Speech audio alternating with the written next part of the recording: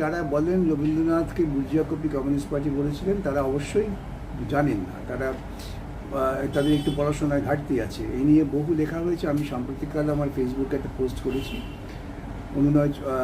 আমাদের চট্টোপাধ্যায়ের লেখা, অনিরুদ্ধ চট্টোপাধ্যায়ের লেখা প্রাসঙ্গিক রবীন্দ্রনাথ, এটা যারা পড়ে নেবেন। কমিউনিস্ট পার্টি সবসময় বিতর্কের মধ্যে তার আলোচনা সমালোচনা করেন। একসময় ভবানী সেন, তিনি কমিউনিস্ট পার্টির নেতা ছিলেন, তিনি তার প্রবন্ধে, ব্যক্তিগত প্রবন্ধে এই কথাটা উল্লেখ করেছিলেন, কিন্তু পরবর্তীকালে তিনিই সেটাকে আবার সংশোধন করে বলেছেন যে রবীন্দ্রনাথ ছিলেন অত্যন্ত বড় মানবতাবাদী কবি।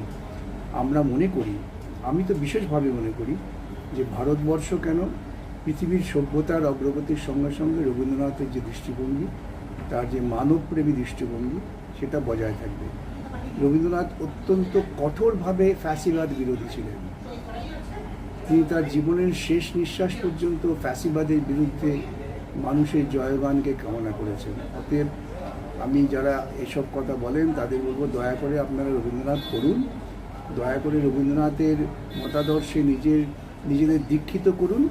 আর কমিউনিস্টদের যদি গাল দিতে হয়, এই যুক্তিসঙ্গত তথ্যভিত্তিক বিষয় নিয়ে বিতর্কে আসুন।